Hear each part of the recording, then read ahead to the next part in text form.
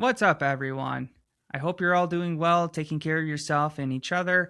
And today, I want to talk about artists releasing singles over albums. The reason why I'm getting into this is over the last few days, I saw somebody make a post about, top 10 most disappointing albums of 2026. I didn't really read into it, but I was curious about comments and seeing what people brought up. And I saw somebody bring up Electric Cowboy's new album, Tanzid. And their argument was that out of the 10 songs, they've already released 7 singles, and out of the 14 total tracks on the album, they released 50% of it already. His argument was that that's not really a album release. That's more or less here's all these tracks again bundled into something with 3 new tracks or 6 new tracks if you count the remixes with other producers. They're not wrong. I'm not going to lie. He does have a point, but I'm here to defend it and just be like, unfortunately, this is 2026, where the algorithm rules everything. Album releases are dead. They're a dying thing. And I do think in the next 10 years that albums are going to be gone. You're going to have more artists just releasing singles once a month or twice a month or even once every other month, depending on who they are. And then once they get, 10, 11 songs throughout the year, that 12th month or whatever X month, they're going to release it all again as a quote unquote album. And that is all because the algorithm. The algorithm favors singles. Like, it's plain and simple. There's not much more of an argument I can say to this to defend this or not counter his point, but it's all algorithmic now. When bands release singles once a month or once every couple of months, it gets pushed. It gets put on Spotify Release Radar or Discover Weekly or insert whatever playlist that you're searching in for new music, it will show up. That is viewer engagement. And when bands are releasing singles and then all of a sudden you get reels of the same song over and over again, that's all the algorithm. The algorithm is showing them that, hey, we're pushing this, so you better continue pushing it yourself by creating all these new reels and reposting the reels. Is it annoying? Yeah, kind of. It does get on my nerves at times, but I totally understand why, because you are trying to just engage with the algorithm and play into the algorithm's favor. It sucks, but this is the business that we're in now. And this also leads into the next point with the singles is constant fan engagement. Once again, dropping singles every few weeks or every other month, it keeps the fans active, especially in their news feeds. It prevents the quote unquote ghost period where artists just kind of disappear for 6, 8, 10 months while they go record an album. It just, that all disappears. And again, with the algorithm, when you disappear, it's very hard for you to resurface, especially for these smaller bands. Also, with releasing singles, it's lower financial risk. Instead of mixing and mastering 10, 12 plus songs into an album and putting that money all up front, you're doing it single by single. So you might only do 2 songs at a time or even a song at a time, and you push it, and then you get fan engagement and you get to numbers back where it's like, okay, yeah, just say you spent 10 grand on recording, mastering, and mixing for one song. Well, if you get that money back, you're like, okay, we can go back into the studio and record another song, and people like this, so let's kind of build off of it.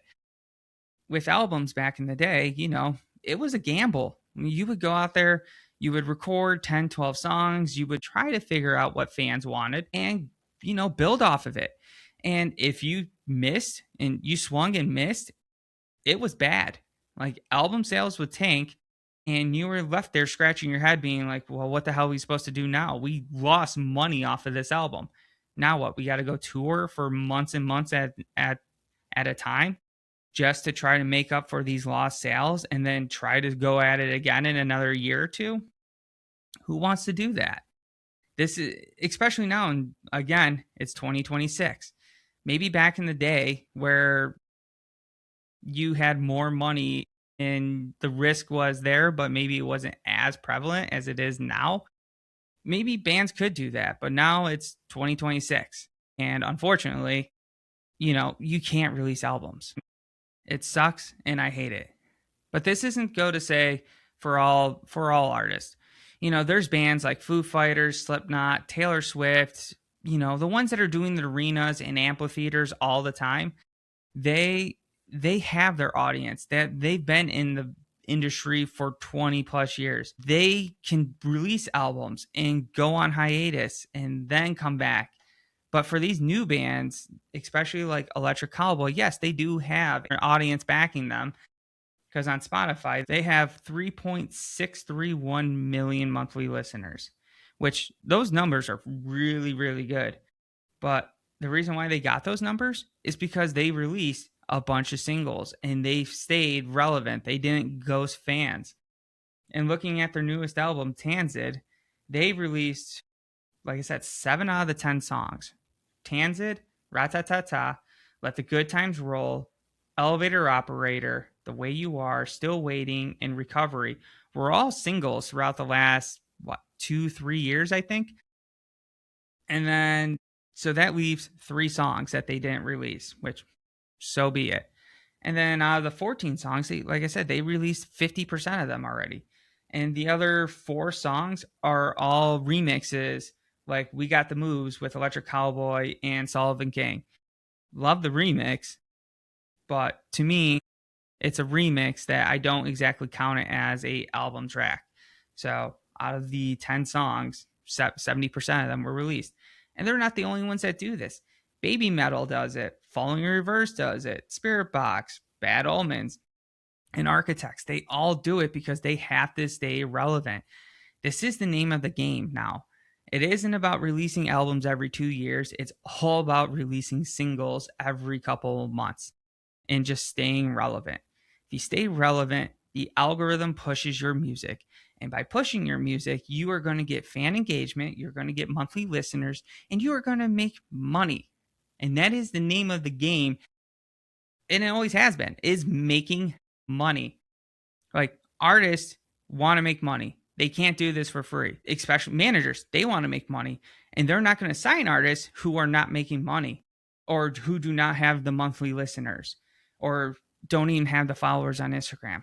Record labels, all of them, they don't care how great an artist sounds now. The only thing that they care about is looking at how many people follow them on social media and how many listeners that they have on Spotify. If those numbers line up, they are going to sign them over the band that may have been touring for the last 10 years that has, maybe 20,000 followers, and they're amazing, but they just don't get that break because this is the music industry now. It's always been business related, but it is very just all about money and numbers now, where there's no creative test grounds where managers or anyone in the record labels be like, hey, this band is good. Let's sign them and let's help them build them. They don't want to do that anymore because that costs money. They much rather go find Joe Schmo, who's only been doing AI music stuff out of his basement for the last 6 months and has, 1 million followers on Instagram because this is how the algorithm works. It sucks. They will go sign that person. They don't care how he sounds live. They only care about, hey, can we get him to get that artist release, 5-6 songs a year and get him on the road a little bit, but mostly just let's do reels, let's make content, let's push numbers, let's get his numbers up, which means more money for them. So sorry about the rant, everyone. It's just, I understand where this person was coming from because I do miss the days where I would go, it was a Friday morning. I would wake up. I would go to FYE or Walmart or Target. I didn't have a local music shop here really where I live. It's a small community. So I would have to go to those stores, but I would go there, buy the album like 9-10 o'clock in the morning, go in my run back to my car, put it in and drive around listening to it. Or if I had somebody else drive me, I would, as soon as I get home, I would run into my bedroom, close the door, put it in and listen to the music while playing like, Tony Hawk's Pro Skater or Amped 2 on the Xbox back in the day. Just have that volume muted, but blasting the new music and just getting immersed with it. These were all new tracks. And I do miss that that is so nostalgia to me. And like I said, in the next 10 years, I don't think albums are going to become a thing anymore. It's all going to be, hey, just release singles because it pushes the algorithm. And it's sad. It is sad. It's not the world I wish the music industry was heading towards, but nonetheless, it is. And yeah, I mean, my rant's over. I'm kind of curious to see what you guys think. Are you on board with artists releasing singles 24/7 instead of albums, or when they do drop the album, it is 7 tracks out of the 10 that are all singles? Or are you wishing that they would just, go ghost and then come back with a single drop in album that has, 70% of the album is all new music to everyone day one? Let me know in the comments.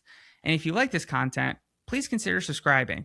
I'm an independent artist, so, every subscriber helps me. And I got podcasts getting lined up right now. So if you want to be on the podcast as a musician, a photographer, videographer, shoot me a message either on Instagram, go to my website. The website is definitely the best way to get a hold of me because it goes directly to my email, and I'll get you in the books. And yeah, that's all I got, guys. Until next time, take care of yourself, take care of each other, and I'll see you in the pit.